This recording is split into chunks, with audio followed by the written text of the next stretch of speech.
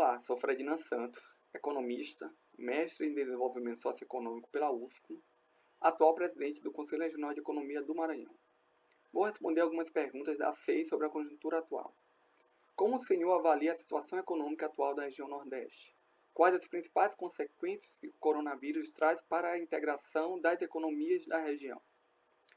Vamos lá, vamos começar com os dados da PNAD, referentes ao primeiro trimestre de 2020, que indica uma taxa de desocupação de 12,2%, a qual devemos somar os 4% de desalentados. Acredito que os dados de abril e maio vão ser assustadores, mas precisamos falar de desigualdade. A desigualdade regional é destacada com o Nordeste liderando com uma taxa de desocupação de 15,6%, mais que o dobro do observado no Sul, que foi 7,5%. A taxa de desocupação foi estimada em 10,4% para os homens e 14,5% para as mulheres. Desigualdade de gênero. Entre as pessoas que se declaram pretas e pardas, o desemprego é bem maior também. Enquanto para brancos a taxa é de 9,8%, para pretos ela é de 15,2%. Entre os jovens de 18 a 24 anos de idade, o desemprego passou de 23,8% no último trimestre de 2019 para 27,1% nesse primeiro trimestre de 2020. Preciso destacar ainda que os jovens são os mais afetados pela precarização das relações de trabalho pós-reforma de 2017. Lembrando que as promessas de retomada de emprego não ocorreram, mas sim o aumento da informalidade.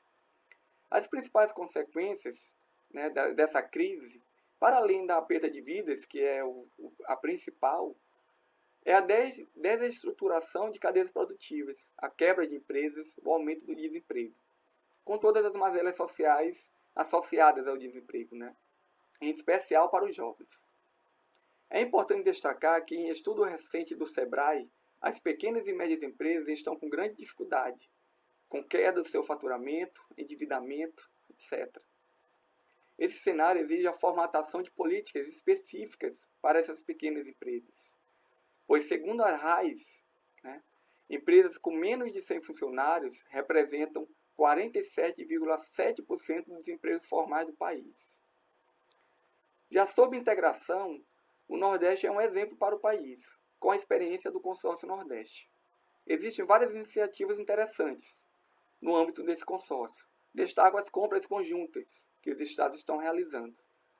Ainda no mês de março, o consórcio criou um comitê científico com o intuito de auxiliar os governadores da região na tomada de decisões quanto ao enfrentamento da pandemia, do coronavírus.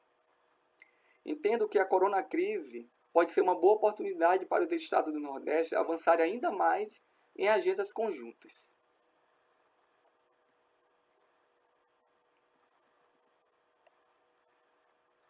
Como será o médio e longo prazo da região Nordeste pós-pandemia? A pobreza deve aumentar novamente? Então, a aceleração da curva de contágio no Nordeste indica que podemos, em alguns casos já estamos, próximos de um nível de controle da epidemia. E isso vai ser fundamental para a retomada da economia. Enquanto não tivermos esse controle, essa segurança quanto ao controle da epidemia, a economia não vai ter retomada de crescimento, nem das atividades.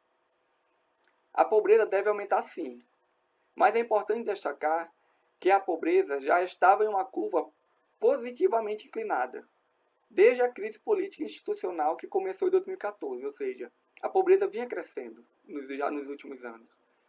A grande questão pós-pandemia será fiscal. Por exemplo, o cenário fiscal da capital, aqui do Maranhão, que é a cidade menos dependente de transferências aqui no estado, ela arrecada apenas 30% das suas receitas e está projetando uma queda de 50% nas suas receitas próprias no segundo trimestre. Esse cenário é desafiador. Os municípios estão quebrados. A nível estadual também temos uma situação muito difícil aqui no Maranhão e na maioria dos estados do Nordeste. Os estados e municípios da região dependem muito de transferências federais. Eu acredito que o PLP 39, que é o auxílio a estados e municípios, precisa ser sancionado sem vetos e com urgência, Mas mesmo com essa ajuda, o cenário ainda é muito ruim. Sobre as perspectivas para a economia do Nordeste, acredito que vamos ter forte retração. Vamos sofrer com elevado desemprego, né? E eu acho que eu destaco 3 possibilidades, né? 3 políticas necessárias para conter, né, os impactos da coronacrise e para colocar a economia de volta para uma retomada do crescimento econômico.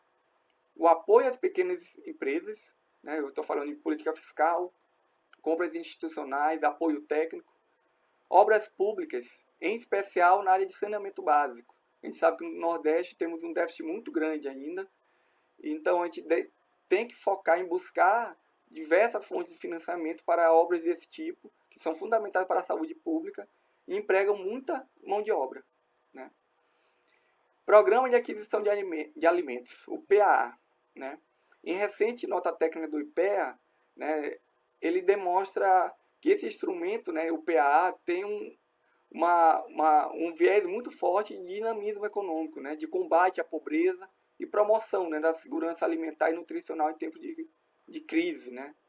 Então, acredito que os estados precisam adotar políticas, né, ampliar as políticas que já têm, né, do Programa de Aquisição de Alimentos.